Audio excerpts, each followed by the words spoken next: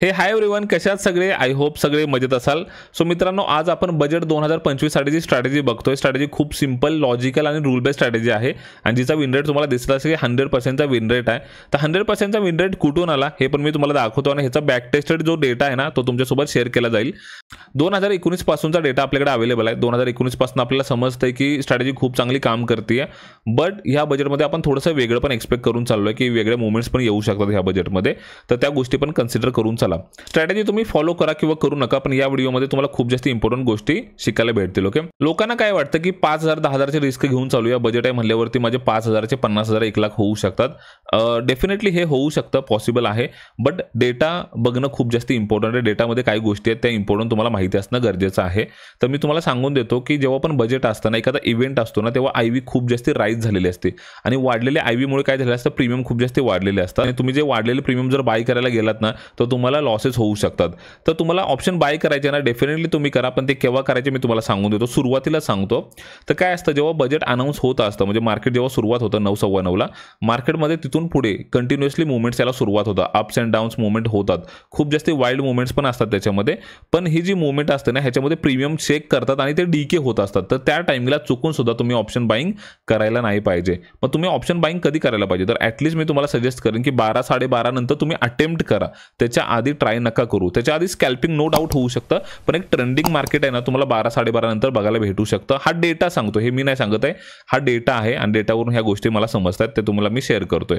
जर तुम्हाला ऑप्शन बाईंगच करायचं तर 12 12:30 नंतर तुम्ही ट्राय करू शकता. ही छोटीशी ट्रिक आहे ऑप्शन बायरसाठी, तुम्ही ह्याला फॉलो करा. सो आपण बघतोय बजेट स्ट्रॅटेजी 2025 साठी आणि हिचा विन रेट 100% आहे. ओके, काही रूल्स जाणून घेऊया आपण स्ट्रॅटेजी काय आहेत.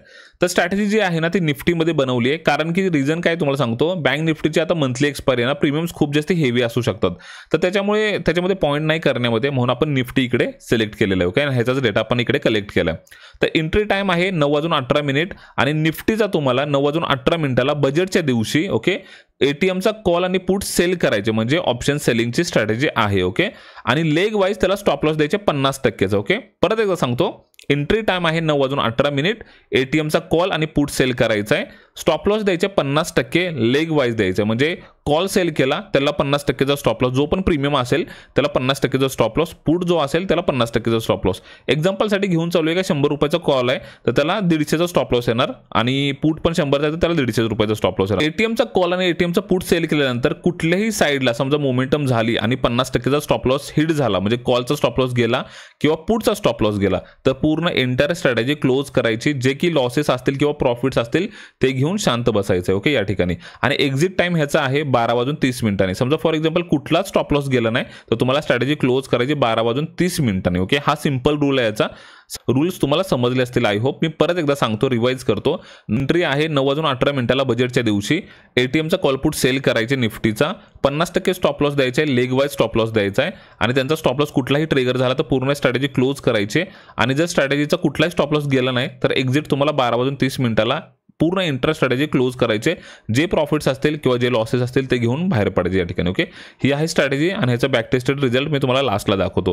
ही सेलिंगची स्ट्रॅटेजी. आता तुम्हाला मी बाईंगची स्ट्रॅटेजी दाखवून देतो. चला आता आपण दुसरी स्ट्रॅटेजी जाणून घेऊया, जे की ऑप्शन बाईंगची स्ट्रॅटेजी आहे आणि ऑब्व्हियसली निफ्टीमध्येच बनवलेली स्ट्रॅटेजी आहे आणि तिचे पण रूल्स आपण जाणून घेऊया. चला, तर तिचं काय आहे की एंट्री टाइम आहे 12:45 एंटर करायचं आहे आणि ऑब्व्हियसली बजेटच्या दिवशी तुम्हाला एंटर करायचे. त्याच्यामध्ये करायचं हे आहे की ATM+100चा कॉल आणि पुट बाय करायचे. म्हणजे काय, ATM+100 म्हणजे 2 स्ट्राईक वरती जाऊन OTMचा कॉल आणि OTMचा पुट, 2 स्ट्राईक खाली जाऊन OTMचा पुट बाय करायचा आहे. आय होप तुम्हाला समजत असेल. 2 स्ट्राईक वरती 2 स्ट्राईक खाली जाऊन कॉल आणि पुट बाय करायचे, त्याला OTM बोलतात. ओके, OTMचे कॉल आणि पुट बाय करायचे. त्याच्यामध्ये काय करायचं, एंटर करायचं नाहीये.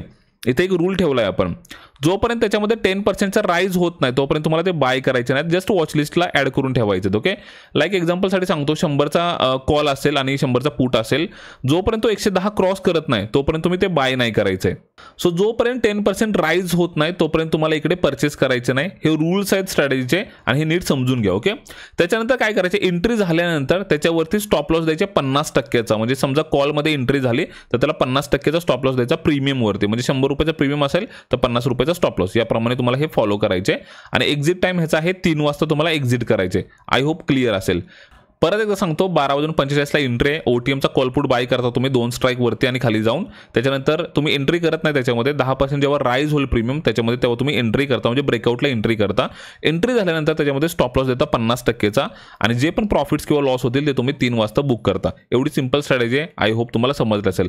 आता ह्याचा बॅक टेस्टेड जो डेटा आहे तो तुम्हाला मी दाखवून देतो. चला, सो जी पहिली स्ट्रॅटेजी होती ना त्याचा डेटा आपण इकडे बघतोय. बॅक टेस्टेड जो डेटा अवेलेबल आहे आपल्याकडे. ओव्हरऑल प्रॉफिट झाले बघा 31,000चा. बाकीचा डेटा एवढा इम्पॉर्टंट नाही आहे. इम्पॉर्टंट इथे आहे बघा गोष्ट. ओके, विनिंग पर्सेंटेज आहे 100%. आतापर्यंत 6 दिवसांचा आपल्याकडे डेटा आहे, म्हणजे 6 बजेट आपण ट्रेड केलेत त्याचा डेटा आहे आणि 100% याच्यामध्ये विन रेट आहे, म्हणजे 6च्या 6 बजेटमध्ये प्रॉफिट इकडे झालेलं दिसतंय. ओके, इकडे 2019, 21, 22, 23, 24ला 2 बजेट होते ना त्याचा डेटा इकडे. 2019चा डेटा फेच नाही झालेला पण आहे. इकडे पण प्रॉफिट्स आहेत, तुम्हाला दाखवतो मी.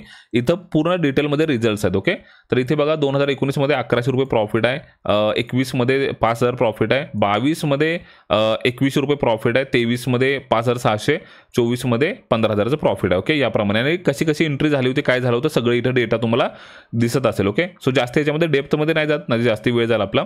आता दुसरी गोष्ट तुम्हाला दाखवून देतो, लाईक ऑप्शन बाईंगची जी स्ट्रॅटेजी होती त्याचा डेटा काय आहे. तर बाईंगमध्ये आपण आलो तर बाईंगचा जो डेटा आहे ना त्याच्यामध्ये विन रेट जो येतो ना तो येतोय 50%. ओके, म्हणजे बाईंगचा विन रेट ऑब्विसली कमी आहे, बट प्रॉफिट जेव्हा होणार तेव्हा खूप जास्त मोठे प्रॉफिट्स होणार.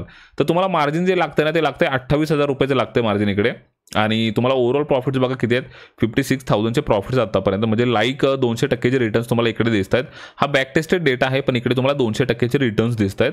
आणि जर तुम्ही डेटा बघाल तर 21 मध्ये 33,000 प्रॉफिट आहे, 22 मध्ये लॉस आहे छोटासा, 24 मध्ये पण छोटासा लॉस आहे, पण 23 मध्ये इकडे 26,600चं प्रॉफिट झालेलं आहे या स्ट्रॅटेजीनुसार. ओके, सो 50% विन रेट इकडे दिसतोय. पण जर सेलिंगची स्ट्रॅटेजी तुम्ही बघितलं तर इकडे 100%चा विन रेट आहे.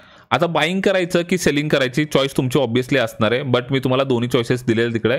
सेलिंगमध्ये 100%चा विन रेट आहे, ऑब्विसली मार्जिन जास्त लागतं सेलिंगला, आणि बाईंगमध्ये विन रेट थोडासा कमी येईल. आणि जर तुम्हाला स्ट्रॅटेजीला नसेल फॉलो करायचं तरी पण तुम्हाला सांगितलं आहे की कुठल्या टायमिंगला तुम्हाला प्रॉफिट्स होऊ शकतात. आय होप तुम्हाला व्हिडिओ खूप जास्त इन्फॉर्मेटिव्ह वाटला असेल. काही डाऊट्स असतील ना नक्की कमेंटमध्ये विचारा, मी तुम्हाला आन्सर देण्याचा प्रयत्न करतो. आणि बाकी तर लाईव्ह स्ट्रीम असतेच डेली, तर तिकडे पण येऊन तुम्ही विचारू शकता. आणि अजून 1 आठवडा बाकी आहे, सो 1 आठवड्यामध्ये आपण डिस्कस करू शकतो याच्याबद्दल, किंवा अजून काय विचारायचं असेल तर विचारू शकतो. ओके, चला आता नेक्स्ट व्हिडिओमध्ये भेटूया. बाय बाय, जय महाराष्ट्र.